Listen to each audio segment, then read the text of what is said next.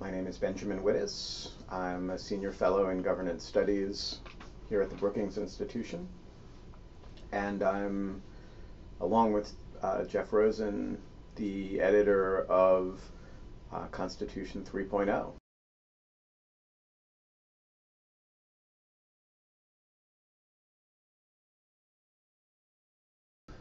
Well, the book grew out of two things. One was an article that Jeff wrote some years ago in the New York Times Magazine, in which he kind of imagined a few future technological developments that seemed near-term and plausible, and then sort of tried to imagine how those would impact on constitutional law. And my colleague Pietro Nivola, who is another senior fellow here in Brookings, read this article and was just floored by it and wanted to do a significant project on the subject. And so he and Jeff and I sat down and we tried to imagine sort of all the areas in which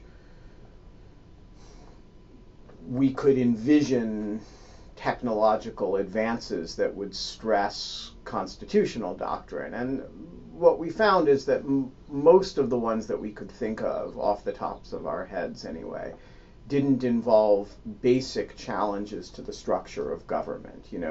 There's no, the bicameral legislature isn't, Twitter doesn't put a lot of pressure on that, except I suppose that some members tweet inappropriate pictures or whatever, but it doesn't actually stress the structure very much, except in the areas that I sort of treat in my paper. But where you find a real pattern of stress, or existing stress and anticipated stress, is really in the area of the Bill of Rights, and that you get to the point where certain premises that the framers of the Bill of Rights were thinking about, you have to sort of scratch your head and wonder, are they true anymore, or are they likely to remain true over the next relatively short block of time? And so what we decided to do was to pick a block of these issues. It's by no means exhaustive. And for each of the issues, we asked two scholars of very different philosophical orientations to kind of write about it, and to sort of imagine what the world would be will look like in the near future, and think about how constitutional doctrine, A, will develop in response, and B, should develop in response, and C, what the mechanism of that development should look like. Should it be, court interpretation of existing doctrine? Should it be court abstention and legislative intervention? Should it be, that rare thing, a constitutional amendment? And what we came up with was, I think it's a dozen papers, which are quite different in both their philosophical starting points, but also in the radicalism of the change that they're imagining. Some of them are imagining incremental doctrinal changes in response to things like, new data retention issues, right? And at the farthest out end, one of the papers is imagining a revision, the necessity of a revision of the question of what it means to be human, right? So you've got a pretty broad spectrum of things going on there, but that's the broad overview of what the book is and where it comes from. Well, it's kind of an interesting question that I've never considered. We never really considered not doing it. I mean, look, the future of the Constitution is innately important to a society that cares about the, constitutional governance. And, I think there has already been, if you look at the Supreme Court this year heard the Jones case on GPS tracking, right? It's barely a year goes by when we don't have some major constitutional adjudication related to the development of technology and the stresses that it puts on our existing premises. And while there's been a huge amount of questions, well, what does new technology mean for the First Amendment, right? What does it mean for the Fourth Amendment? People have not sort of stepped back and said, what does new technology mean for the Constitution itself, right? And Jeff and I, in our colloquial inside moments, sort of refer to this as is the Constitution obsolete project, it's a joke, of course, but it's only sort of a joke in the sense that there is a lot of material. When you look at the diversity of areas that are being stressed in the Constitution, which was, after all, written on parchment, right? I mean, it is a real challenge to keep it, technologically current. And so the reason to do it is that there is this significant societal challenge that we face, whether we acknowledge that we face it or not. And thinking about that as a holistic project was something that we sort of felt hadn't really been done before. Look, the Constitution has adapted pretty impressively to technological development in the past. When this society was, as a political entity, constituted, remember, that's actually what the Constitution does, right? We didn't have railroads, right? We didn't have, interstate travel was a very big deal, very rare, and it took a lot of doing. And so, you can say next to the development of the railroad, which allowed, person from town A to visit relatively easily person in state Q, the development of this thing is relatively small. We could have an argument about that, but I don't doubt the adaptability of the Constitution. I do think that the adaptation of the Constitution is not a self-executing proposition, and that it requires thought.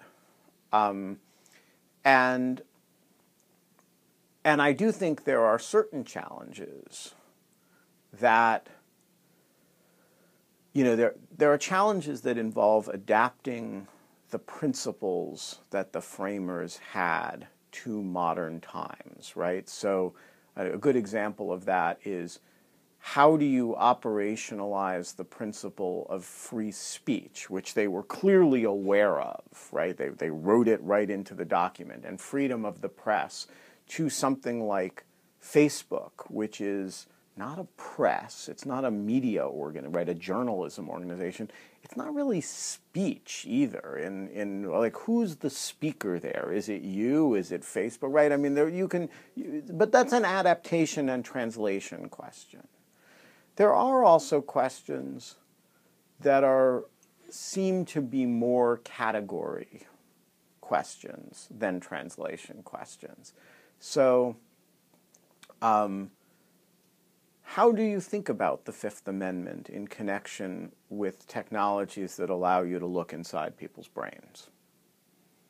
Is that a translation? You're getting sort of further down a spectrum, right, into something that's a little bit less of a translation and may require actually a new principle. That's not something that was part of the framing era vocabulary at all, right?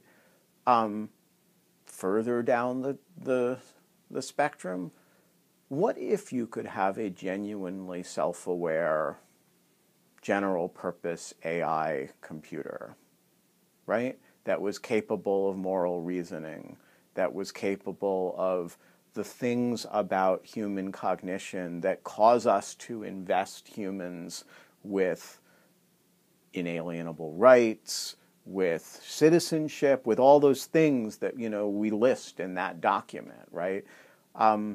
What would you have to see in order to look at a machine and say, you know, with Jamie Boyle, am I not a man and a brother, right? You know, that's not really a translation question in my mind. I mean, maybe it is. But it's something more than that. It is something. Are there certain principles that we need to think about because of technological questions because of moral questions that modern technology poses that the framers just didn't need to think about? And so I do think there are going to be a set of those.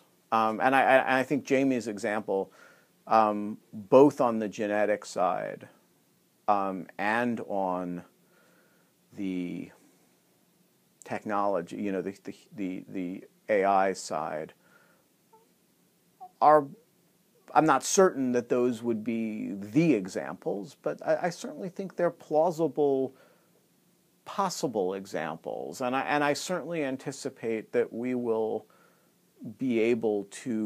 face questions that are of that magnitude of difficulty. Look, most of the questions are individually important. Some of the questions may or may not be individually important, right? Whether you can deal with a Turing-capable computer and how you deal with it ethically, you know, you could reasonably take the position, let's cross that bridge when we come to it.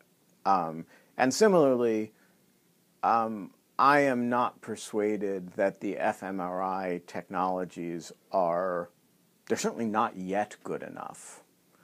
And it may be a while before anything like it is good enough to pose the very, very deep-seated moral questions that if you ask the question in the abstract, like I can look in your brain and figure out what you're thinking, that poses that poses a real question. But you actually do have an antecedent set of technological questions, right?